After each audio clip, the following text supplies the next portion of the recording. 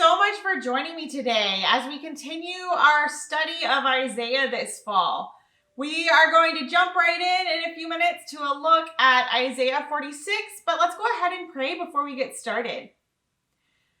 Oh God, I just thank you so much for today. I thank you that we can continue to gather together and open your word, God. I pray that as we read your word and hear your word, God, that we will be transformed, that you'll speak to our hearts and you will teach us something, God.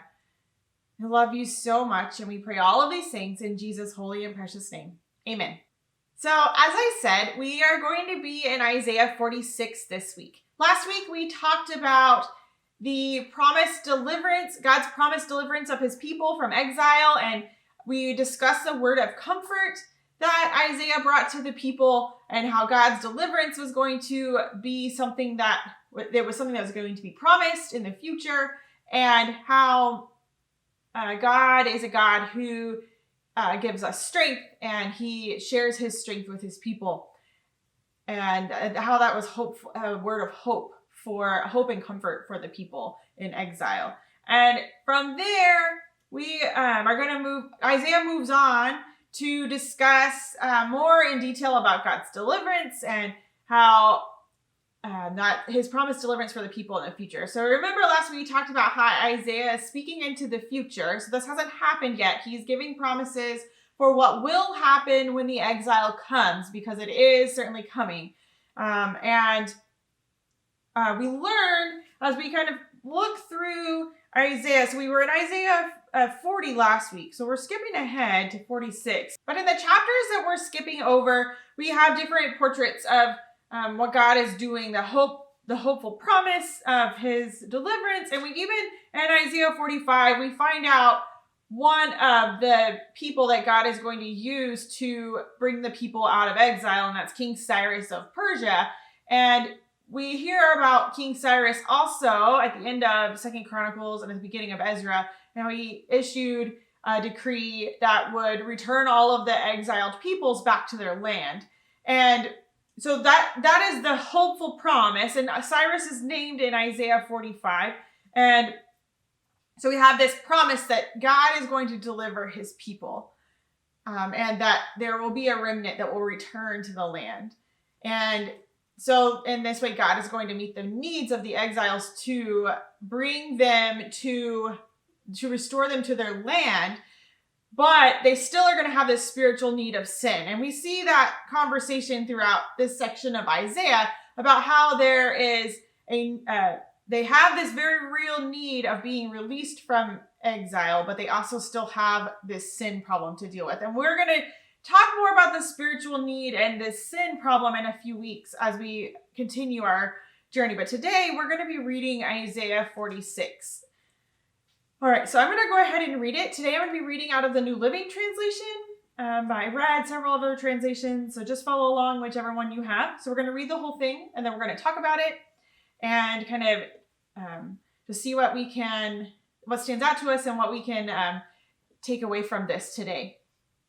So Isaiah 46, 1 through 13. Bel and Nebo, the gods of Babylon, bow as they are lowered to the ground. They are being hauled away on ox carts. The poor beasts stagger under the weight. Both the idols and their owners are bowed down.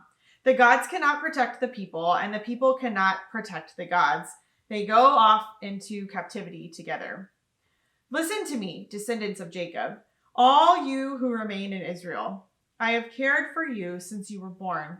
Yes, I carried you before you were born.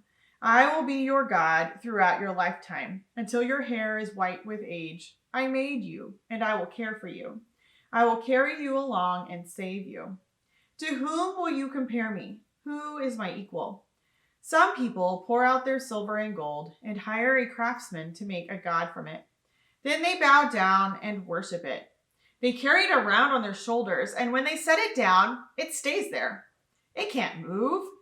And when someone prays to it, there is no answer. It can't rescue anyone from trouble. Do not forget this.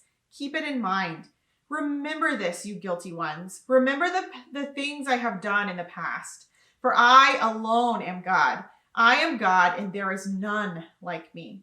Only I can tell you the future before it even happens. Everything I plan will come to pass, for I do whatever I wish. I will call a swift bird of prey from the east, a leader from a distant land to come and do my bidding. I have said what I would do, and I will do it.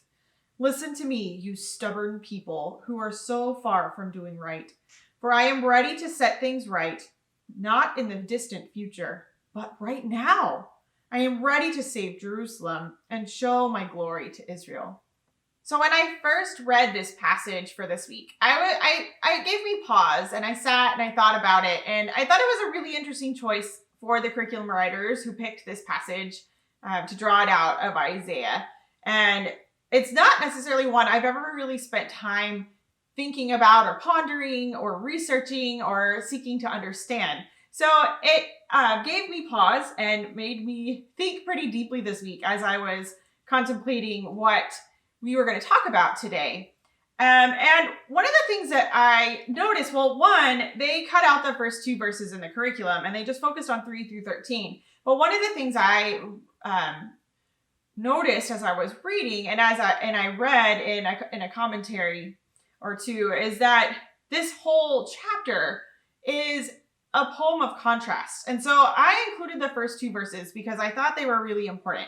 So we're just going to work our way through this and we're going to pull out these different contrasts because I think it's fascinating to see how this was put together and how God uses different writing styles and writing ways of organizing your writing and poems and different things like that to get his message across. And I just think it's awesome and it's beautiful. So let's start here at the beginning. So the first thing we see is that Bel and Nebo, the gods of Babylon. So Bel and Nebo were gods in Babylon. Bel was the city god of Babylon, the head of the pantheon, also known as Marduk. And Nebo was Bel's son, and Nebo was the god of writing and wisdom. And we see the name Nebo reflected in names such as Nebuchadnezzar. So there's like part of that God's name and Nebuchadnezzar's name. There's other Babylonian rulers that had that name connected with them. So these were just two that were pulled out of the pantheon, but Bel would have been the head of the pantheon of Babylonian gods, and Nebo was also a very prominent one.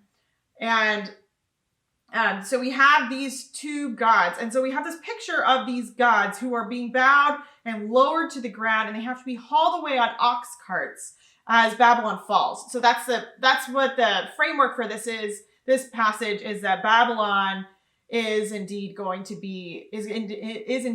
fall. It will not last forever. And so when it does fall, these gods of Babylon will have to be carted away on ox carts, and the idols and the people who worshipped them will be carted away together. The people will not be able to protect the gods, and the gods won't be able to protect the people. And so you have this idea of the gods being carried away from their place of importance and their place of prominence. And then that's the first two verses. So we get this picture, the contrast is these gods are a burden. They are burdening the ox cart. They're being carried off. But then we get to verses 3 and 4, and we see God saying, but listen, all of you who remain, I have cared for you. God, the one true God, is the one who cares for people. He is the one who carries the people. So that I carried you before you were born. I will be your God throughout your life until your hair is white with age, and I will care for you. I will carry you along and save you. So you have this contrast between idols needing to be carried because they can't move on their own, to a God who carries his people and is with his people and has carried his people from the beginning. I cannot think of a more beautiful picture of God and how he cares about his people and he cares about us. He cares about us throughout our lives, whether we're tiny babies or we are getting gray hair and getting older. God is with us and he carries us and he will care for. He says, I will care for you. I made you and I care for you. So the God who made us is the one who cared for us. And I love that picture. And then the next contrast we have is this idea that idols are made. And so we get that starting in verse 5. To whom will you compare me? Who's like, well, that's God talking. And he says, some people will pour out their silver and gold and hire a craftsman to make a god from it. And they bow down and worship it. And when I read that verse, it reminded me of the scene in Exodus 32, which is the golden calf. So Israel has been led out of Egypt and they've come to Mount Sinai, and Moses is up on the mountain and he is receiving the covenant, the terms of the covenant from God. And the people have seen God do all of these things. And then here they are at the foot of the mountain. So Exodus 32, I'm just going to read the first few verses. So starting in verse 1. When the people saw how long it was taking Moses to come back down the mountain, they gathered around Aaron. Come on, they said, make us some gods who can lead us. We don't know what happened to this fellow Moses, who brought us here from the land of Egypt. So Aaron said, take the gold rings from the ears of your wives and sons and daughters and bring them to me. All the people took the gold rings from their ears and brought them to Aaron. Then Aaron took the gold, melted it down, and molded it into the shape of a calf. When the people saw it, they exclaimed, "Oh, Israel, these are the gods who brought you out of the land of Egypt." And so that's the first four verses of Exodus 32. And it's this picture of how idols were made. They would take gold, they would take silver, and they would hire a craftsman, or in this case, it was Aaron, and they formed it into a mold and they made a golden calf. And then they bowed down and worshipped it. That's what happens is if we kept reading in Exodus 32, is that there is going to be a festival to this golden calf, and they're going to worship it. And then Moses comes down, and well, the rest of the story, we know how that ends up. But it's this idea that idols are made, they're created. And so people pour out their silver and gold and hire a craftsman to make it, and then they bow down and worship it. But it can't move around, so they have to carry it around on their shoulders, and then they have to set it somewhere, but it can't move on its own, just like we saw with Bel and Nebo in verse 1. It has to be carried somewhere. And then even further, if you pray to it, there's not going to be an answer because it's just, metal or stone or wood or whatever it was made out of. And so that's what we have, is this idea that idols are made. And we see the people of Israel struggling with this idea of idol worship throughout their history that we see in the Old Testament. That is something they struggled with, was they wanted these idols that they could make with their hands. They wanted a God that they could contain, that they could wrap their minds around, they wrap their arms around even, instead of a God who was not containable, a God who led them out of Egypt, who led them across the Red Sea, who led them by a pillar of cloud and a pillar of fire, and who allowed them to conquer the promised land. And you go throughout Israel's history, you see all the things that God did on their behalf. And God was very unfathomable and very much wild, in the sense that you can't contain God, you can't control God. And so their attempt here is that we see with idols is a God they can control, a God they can create, a God they can understand completely. And I think that's one of the reasons that they struggled with it, besides the fact that the people all around them did it and it was easy. And so we have this picture of idols are made. They are created by the ones who worship them. However, God is the one who makes us. He is a creator God. He is the one. So we saw that in verse 4. God creates. He made us.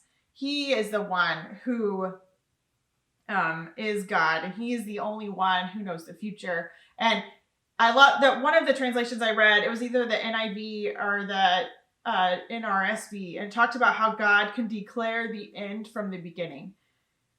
Here in the New Living, it says, I can tell the future before it even happens. But I love this picture of God being able to declare the end from the beginning. So even from the very beginning of everything, God knows what's going to happen. He knows what the outcome is going to be, because he is sovereign and he is all-knowing and all-powerful, and he alone is God. So we have that contrast between idols who are made and created from a God who is creator, who is the maker, the one who can do everything, who's over everything. And then our next contrast is between this idea of a God who saves and versus the idols who cannot save. Then we see that in verse 7. It says they can't rescue you. You pray to them, there's no answer, and it can't rescue anyone from trouble because it's an idol. It's like a hunk of metal or a hunk of wood or a hunk of stone. It can't do anything. But we see at the end of this passage that God wants to set things right. He is a God who wants to set things right now. He was ready to save Jerusalem and show his glory. So he's a God who saves versus the idols who can't. And so I love these contrasts that we see here and how it illuminates who God is. This contrast between these idols who are worthless and immovable and not alive versus a God who is alive and active and moving in the world. And despite the fact that the people of Israel had turned their backs on God and they had been rebellious and had chosen to worship idols. And so we see that here. God talks to the people and he says, listen to me, you stubborn people. He calls them stubborn. He says they are far from doing right. Earlier, he says that, let's see, where is it? He tells them that they're guilty, that they have forgotten who he is, but yet he is ready to set things right and ready to save them. So despite their sin, despite the fact that they had not followed him with their whole hearts and done everything that he had told them, he was still ready to save. He was still ready to deliver them, to bring them back. And so what a contrast, right? Idols, the world over, demand certain actions. So it's like you do these offerings or you do this certain chain of things and you'll get this predictable outcome. It'll make rain come or it'll make the gods appeased. But our God, the God that we worship, he doesn't require any of the, there's no formula that's like A plus B is going to make God happy. That's not what it's about. It's about a relationship. It's about following him with our whole hearts and completely patterning our lives after him and what he has shown us and what he has revealed. And I think for this reason, this is why God calls the people of Israel to remember often. We see this call to remember in verses 8 and 9. He says, don't forget, keep it in mind, remember this. And then again in verse 9, remember the things I have done in the past. And we see with the different festivals that the Israelites were told to celebrate. The people of Israel celebrated Passover. And it was a call to remember what God had done in their lives, how he rescued them from Egypt and he led them out of Egypt in dramatic, glorious fashion as only God can do. The Passover was a call to remember. And we see other times in Israel's history where they are called to remember. Remember is a verb that we get all throughout the Old Testament where God is saying, remember me, remember my commandments, remember the covenant, remember who I am, remember what I have done. And as I was thinking about this, I was really overwhelmed by this idea of remembering and how when everything can seem hopeless or everything around us just seems fuzzy and blurry and just not clear, remembering how God has moved in the past can help us to move forward. It can bring us hope. It can help us to be stable in the midst of shifting sands and crazy times. But to remember that God doesn't leave us, to remember how God has moved in our lives.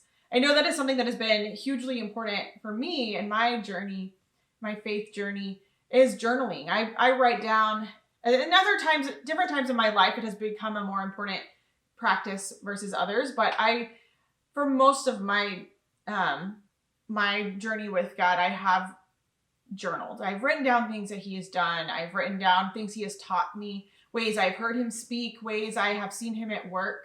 And on those days, whenever I'm feeling particularly maybe hopeless or just discouraged or confused, maybe I'm having trouble seeing exactly what it is that God's doing, or in this time of this pandemic when I'm just really having a hard time getting anything done because I'm just so done with being at home or so done with meeting online or so done with you name it. It helps me to look back and see this is what God has done in the past, and this and he will continue to move in these amazing ways. He will continue to show up. He's going to continue to be at work. He is at work.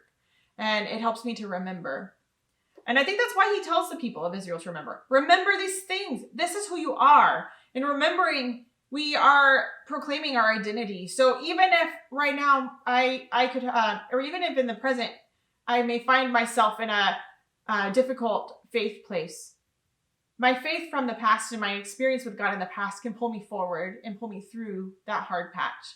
Or for the people here, they are facing exile and they're experiencing this complete disruption and upheaval and being taken away from everything that they knew.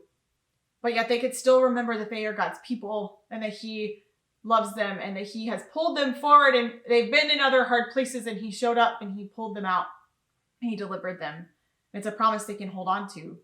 And I think it's a promise that we can hold on to, that God is a God who shows up. He's a God who is at work. And it doesn't matter what's going on in the world. It doesn't matter who wins the election next week. It doesn't matter what is happening. God is still God and he's still at work. And he is going to continue to be at work no matter what happens. And that's a promise we can hold on to. It's a promise that people of Israel could hold on to, that despite their rebellion, despite their inability to be faithful so much of the time, God still loved them. God was still there. God is still a covenant, faithful, promise-keeping God. And he was willing to continue to be in relationship with them, even though there were consequences for their rebellion. Such a beautiful picture. And the other thing that stood out to me that I wanted to just point out here right before we close is just this idea that God was ready to set things right immediately. And as I was thinking about that, I think that sometimes it's pretty easy for us to be like, oh yeah, God's at work and he's going to continue to be at work in the future. But what is it that you need, or what I need God to do right now? How do I need God's immediate action in my life right now? How do we need God's immediate action in our church right now, or in our families right now? Where do we need God's immediate action? Because God is ready to move and do amazing things. He is a God who can do more than we can ask or imagine. And that's pretty amazing. And he wants to do that right now. We don't have to wait for it to be some really distant time. God is at work right here, right now, in our lives, in the present. So I hope that as we've continued to study Isaiah and we see how the people were just in a really hard spot. I think in a lot of ways, we're in a really hard spot. This has been a really hard season of pandemic, and it's still going on and seems to still be going on. And I think that it's going to continue to go on as we keep going forward. And I think we're going to continue to need God, to see God at work and to experience him at work. And I think we can take comfort in the words of Isaiah, of the hope that we see as we read these ancient words, and we can just hold on to that hope that we have in Jesus, that he has come and he is at work and he is coming again. And that's pretty awesome. So thanks for joining me today, and I hope that you have a good week. Bye.